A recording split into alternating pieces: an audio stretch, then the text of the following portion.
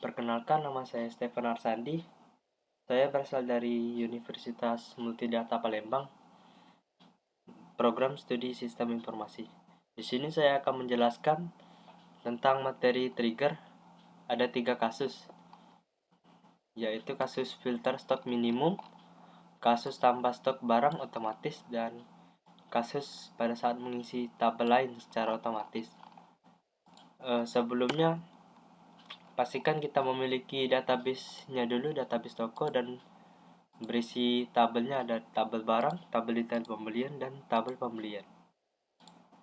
Nah, pada kasus pertama, kasus filter stok minimum, ini akan dibuat seperti pada saat kita menambah stok itu tidak bisa kurang dari 5 atau lebih kecil dari 5. Nah, di sini saya membuat trigger TG dengan nama TG cek stok barang dari tabel barang. Ini saya akan menjalankannya pada saat insert dan update. Dan pada trigger ini saya membuat parameter stok yang berisi variabel integer. Nah, di sini saya mencoba menggunakan stok ini.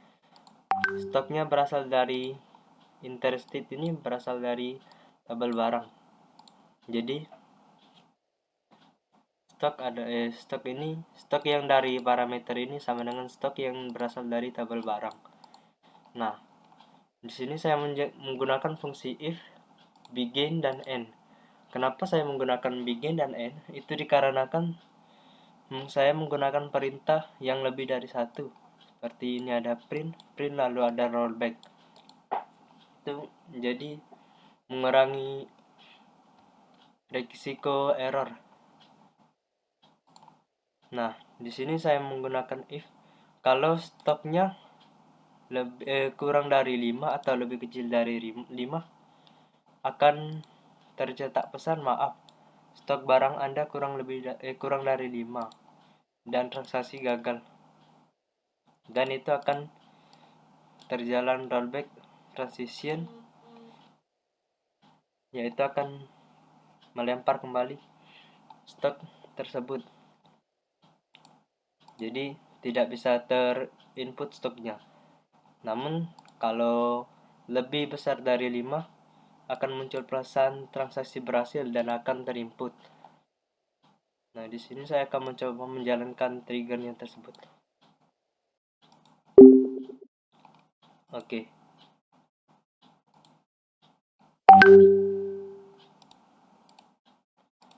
Baiklah.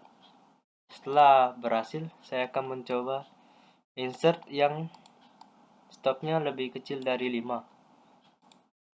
Nah, muncullah pesan maaf, stok barang Anda kurang dari 5 dan transaksi gagal dikarenakan stoknya masih 3. Belum itu. Jadi stoknya tidak akan muncul di sini. Nah, jika saya menggunakan ini insert, jika saya menginput datanya stoknya 5 atau lebih, maka akan berhasil, transaksi berhasil, dan stoknya akan masuk dan muncul di sini. Oke. Untuk kasus yang kedua, ini stok tambah barang otomatis. Ini untuk menambah stok otomatis setelah kita menginput stok tersebut. Nah, di sini saya membuat trigger dengan nama TG tambah stok dari tabel detail pembelian, dan saya menggunakannya pada saat insert dan update. Nah, pada saat update TB barang set stock, ini kita mengupdate tabel barang. Kita menggunakan stok ini berasal dari stok yang ditambahkan dengan interested ini, tabel detail pembelian, dari kolom jumlah beli, from TB barang dari tabel barang, dan interested dari tabel detail pembelian, yang dimana tabel barang yang dimana kolom kode barang dari tabel barang ini sama dengan kolom kode barang yang ada di tabel pembelian. Nah, di sini saya akan mencoba menginput tabel pembelian, masuk datanya dari sini.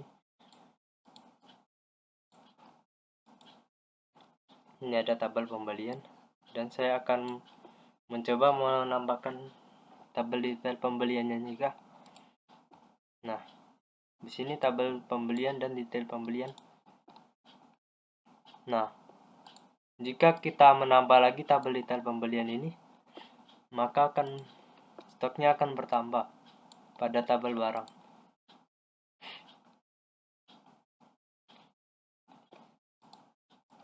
Di sini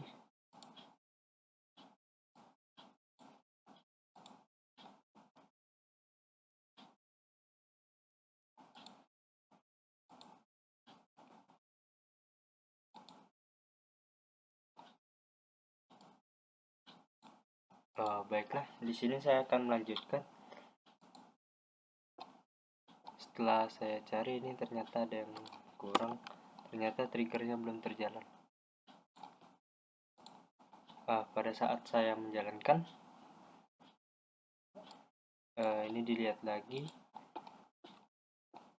tabel barangnya ada stok 5, ada B001 juga. Jadi kalau kita tambahkan, itu stoknya akan otomatis tertambah. Seperti ini, jadi B001 stoknya 10. Jika kita menambahkannya lagi, akan kembali lagi bertambah stok pada barang tersebut yang didapat dari detail pembelian ini, yang pada saat kita membelinya, jumlah beli tersebut. Oke, dan di sini ada kasus ketiga. Pada kasus ketiga ini, saya mencoba membuat ini ada kasus mengisi data ke tabel lain secara otomatis. Jadi seperti kita membuat history update barang. Pada saat kita update, kita insert atau kita delete. Nah, di sini saya akan membuat dulu tabel history untuk update barang. Nah, di sini saya membuat tabelnya. Setelah saya membuat tabel history barang, nah saya akan mencoba membuat triggernya.